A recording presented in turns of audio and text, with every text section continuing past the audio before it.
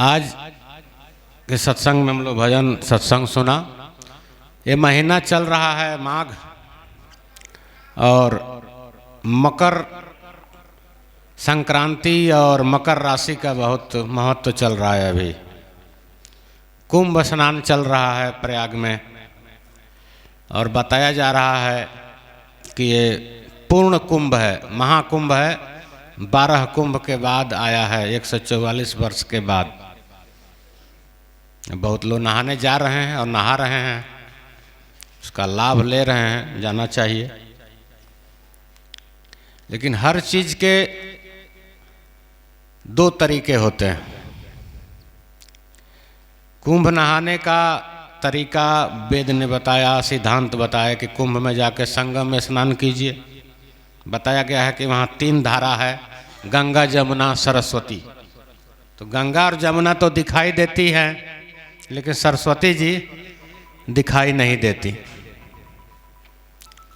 इसलिए और संतों ने भी बताया स्नान का तरीका। उन्होंने भी बताया कि गंगा यानी बायां स्वर, जमुना यानी दाहिना स्वर और सरस्वती यानी सुषमना। तो संतों के तरीके अलग हैं और बाकी संसार के तरीके अलग हैं। तो महाराज जी ने भी मकर संक्रांति का बहुत महत्व बताया है। मकर संक्रांति में जब सूर्य मकर राशि में आते हैं तब से लेकर के यानी 14 जनवरी से लेकर मौनी अमावस्या तक 15 दिन विशेष साधन करना चाहिए। और उसके लिए उन्होंने 3 बजे भोर का समय बताया है और तरीके बताए हैं, हम लोग चर्चा करेंगे।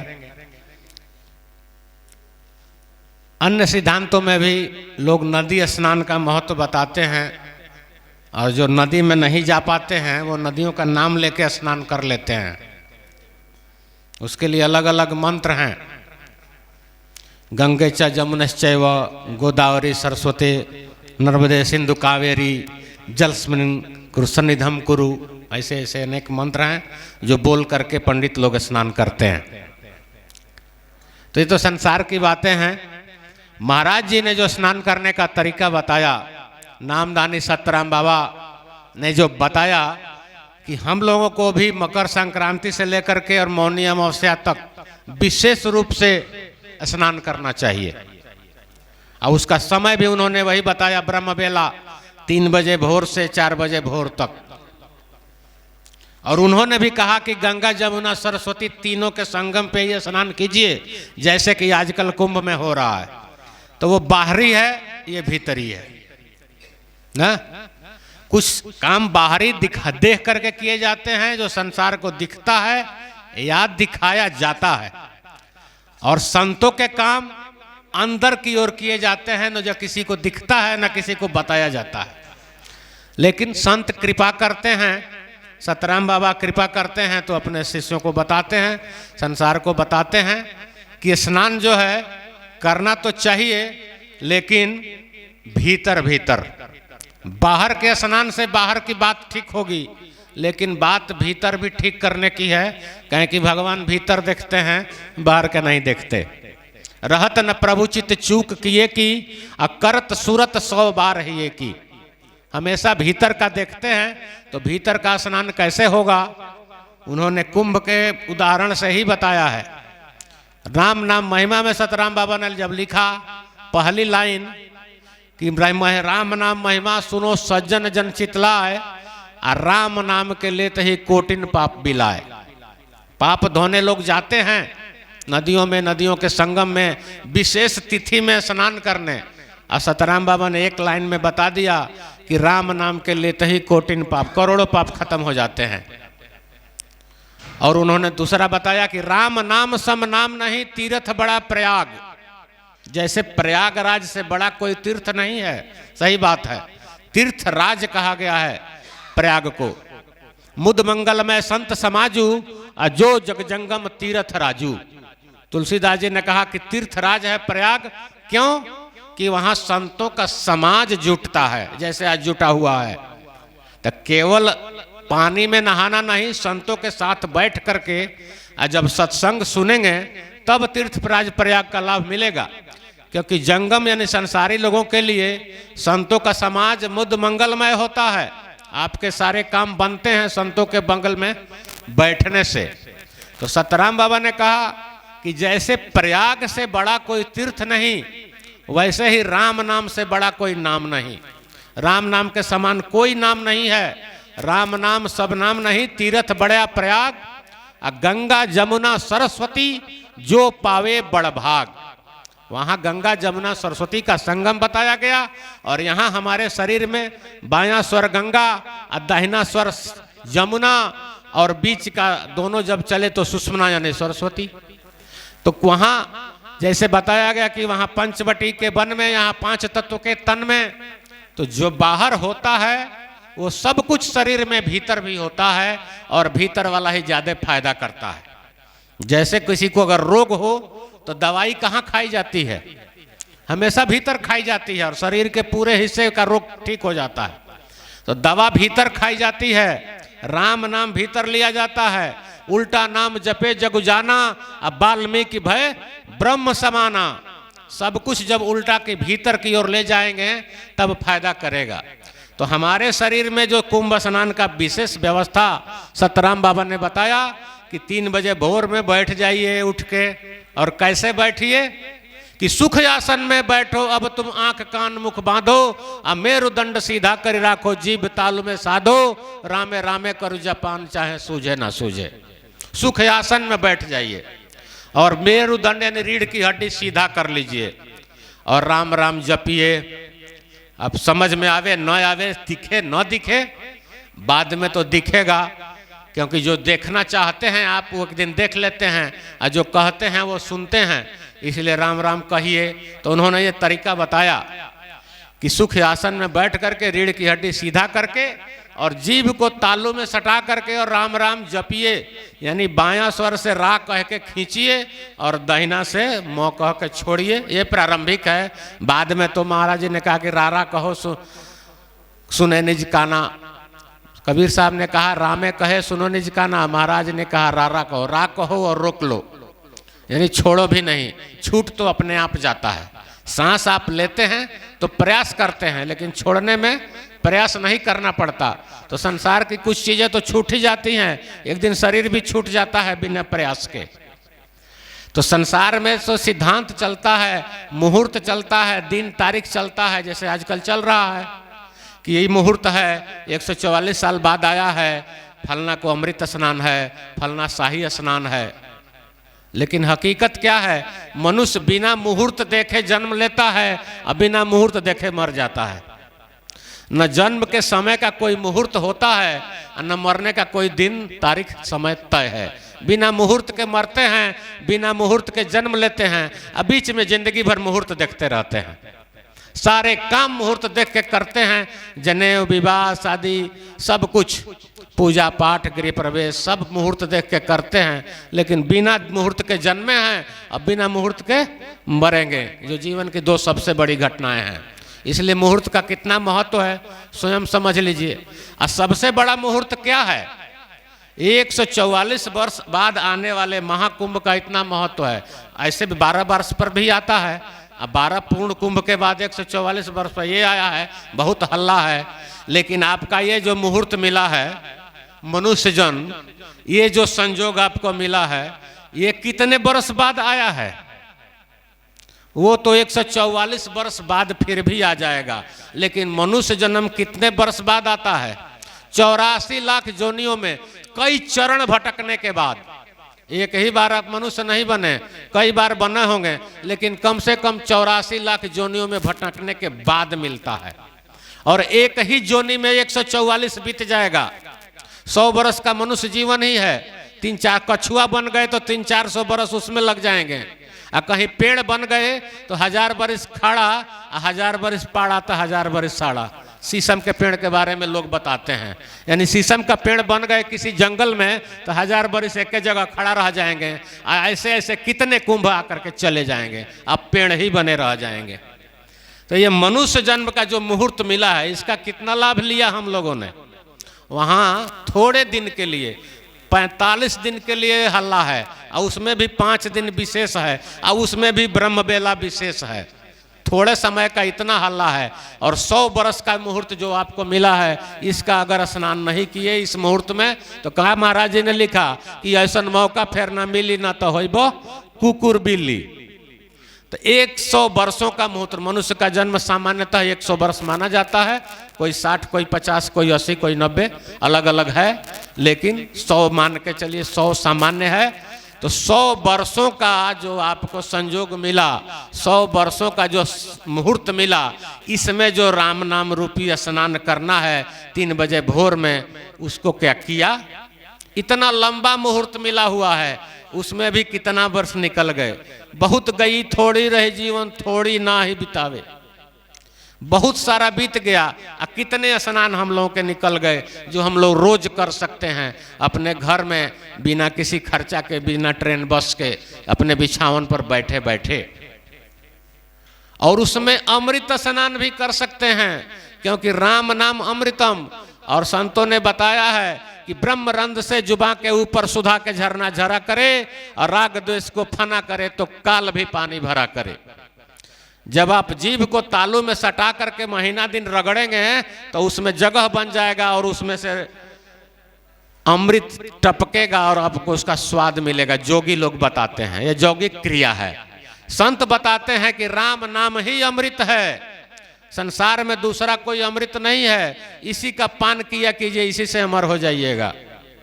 राम सन ही ना मरे कह कबीर समझाए। महाराज जी महिमा में लिखते हैं कि शून्य मरे अजपा मरे अनहद हूं मर जाए, और राम सन ही ना मरे कह कबीर समझाए। काहे नहीं मरता है? कि राम नाम रूपी अमृत पीता है, राम नाम से स्नेह रखता है, यानी कि राम नाम से प्रेम करता है। तो अमर होना है तो राम नाम रूपी अमृत पीजिए। और महाराज जी ने जो तरीका बताया कि सुख आसन में बैठो, अपने आँख कान मुख बांधो, आँख बंद कीजिए, कान बंद कीजिए, मुंह बंद कीजिए, और बायां स्वर से राम नाम खींचिए और रोकिए, कुंभक लगाइए, कुंभक मन ठहराए और रोकिए जितना देर रुक सके, और फिर धीरे धीरे छोड़िए। ये है वास्तविक कुंभ स्नान। इसको भी कुंभक कुंभ कहा गया है, कुंभक। वहाँ कुंभ जगह का नाम है, यहाँ कुंभ क्रिया का नाम है, यानी रोक लेते हैं। आप गंगा जी में क्या करते हैं?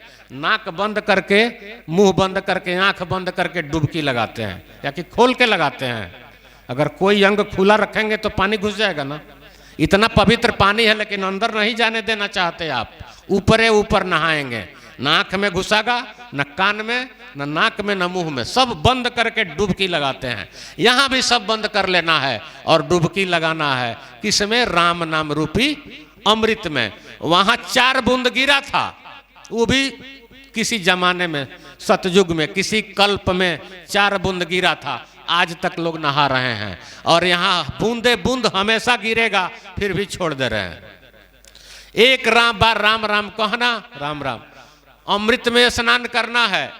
एक बार राम राम कहना, अमृत बूंद का स्वाद चखना है, और हमेशा कहना, हमेशा स्वाद चखना है। तो घर बैठे बिना खर्चा के अमृत पीने को मिल रहा है, संतों ने बताया है, लेकिन तरीका नहीं जानते हैं, समय नहीं जानते हैं, और संतों की बात नहीं मानते हैं।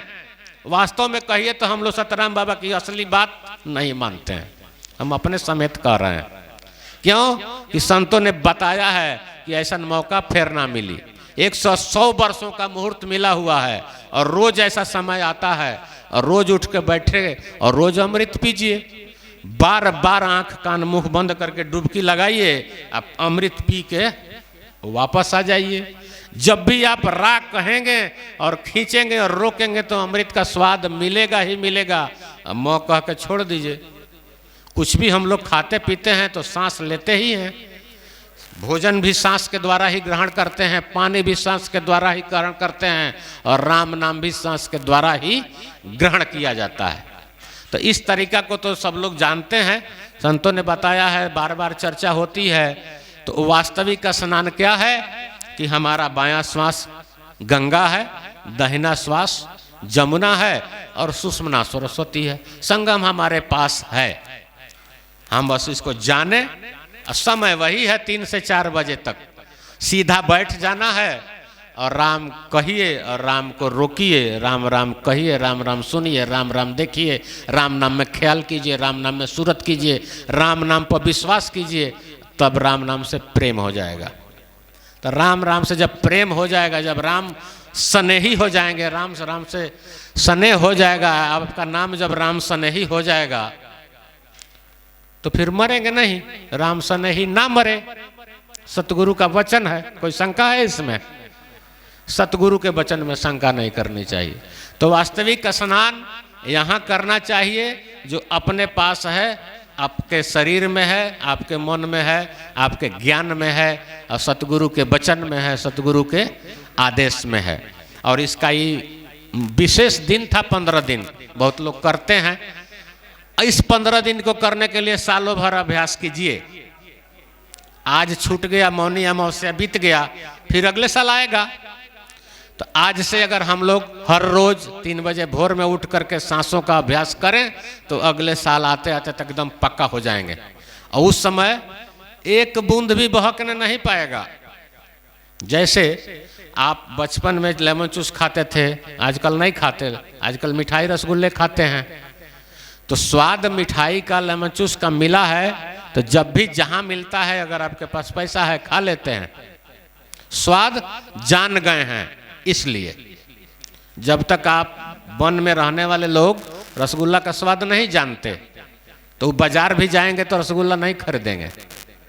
लेकिन जो जानता है और पैसे हैं तो सबसे बढ़िया वाला मिठाई खरीद के खाएगा। तो हम लोग जब तक नहीं जानते राम नाम का स्वाद, तब तक तो कुछ भी खाते रहते हैं, गुरधनिया, जिलेबी। लेकिन जब रसगुल्ले का स्वाद जान जाते हैं, जब राम नाम का स्वाद जान जाते हैं, तब दूसरा नहीं खाएंगे। क्योंकि महाराज जी बताए कि राम नाम सम नाम नहीं। जैसे सबसे बढ़िया मिठाई जो भी आप मानते हो, रसगुल्ला हो, इमरती हो, चाहे काजू बर्फी हो, तो मिलेगा तो वही खाएंगे ना। एक प्लेट में 4-5 तरह का आ जाए तो सबसे पहले सबसे बढ़िया वाला खाएंगे। तो उसी तरह हमको जब समझ में आ जाए कि राम नाम सबसे बड़ा है, लेकिन उनसे मुक्ति नहीं होती। एक ही नाम से मुक्ति होती है जो गुप्त भी है और प्रकट भी है। राम नाम प्रकट है और इसकी महिमा गुप्त है। क्योंकि महाराज जी ने कहा कि जो लो भेद न जाने कोई, तो लो राम कहे का होई। राम राम कहना प्रकट है, लेकिन राम राम कहने का तरीका और राम नाम है किसका, ये गुप्त है। ये सतराम बाबा बताते हैं कि राम नाम वास्तव में किसका नाम है और राम नाम कहना कैसे चाहिए। क्योंकि जो लो भेद न, राम राम सब ही नर कहते ठग ठाकुर और चोर, और प्रेम बिना रिधे नहीं तुलसी नंद किशोर। सब लोग कहते हैं लेकिन तरीके से नहीं कहते हैं, इसलिए फायदा नहीं करता। तो राम नाम कहने का तरीका अभी हम लोगों ने सुना, भजन में बहुत सारे तरीके सतराम बाबा ने लिखे भी हैं। जगत में यही भजन की रीत है ना, किस तरह से 4 तरीके से भजन का किया जाता है। अब प्रकट में उन्होंने बताया है कि वचन से, मन से, श्वास से और सूरत से राम नाम का भजन सुमिरन किया जाता है। तो तरीके हम लोग जब जान लेंगे, महिमा पर पूरा विश्वास करना चाहिए। शुरू में महाराज जी ने लिखा कि राम नाम महिमा सुनो, अंत में उन्होंने कहा कि महिमा रामे नाम का पाठ करे चितलाए। अब अपने से पढ़िए। पहले तो हम सुनाते हैं, यानी सतराम बाबा सुनाते हैं, और लास्ट आते आते कह देते हैं कि अब पढ़ा कीजिए। महिमा रामे नाम का पाठ करे चितलाए, और सकल कामना सिद्ध हो, जियत मुक्त हो जाए।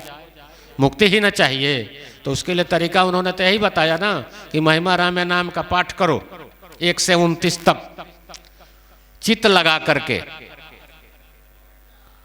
मन मति चित्त तीनों एक जगह होना चाहिए। रामचंद्र जी का वचन है, थोड़े में सब कहूँ बुझाई, और सुनहु तात मन मति चित्त लाई। तीनों एक जगह होना चाहिए। तो तीनों एक जगह ले करके जब राम नाम का पाठ करेंगे, महिमा पढ़ेंगे और 21,600 राम नाम जपेंगे तो जियत मुक्त का विधान है, लिख के उन्होंने दिया है। राम नाम माला में निकाल के देख लीजिए। अगर कोई बात आपसे कोई कहता है तो कहते हैं ना, सबूत क्या है? सर्टिफिकेट है कि आप मैट्रिक पास हैं, तो आपके पास है तो आप दिखा देते हैं। कहाँ के रहने वाले हैं तो आधार कार्ड निकाल के दिखा देते हैं। तो महाराज जी ने कहा इसका सबूत है ना, माला में निकाल के देख लीजिए। उनका लिखित वचन है तो मानना चाहिए। तो सबसे बड़ी बात क्या निकली कि राम नाम ही अमृत है, राम नाम अमृतम, ये बात पक्की है। अब मुक्तिदाता सर्वेशाम राम एव न संशय, दूसरा कोई मुक्तिदाता न शब्द है, न दूसरा कोई पावर है, और न दूसरा कोई व्यक्ति है।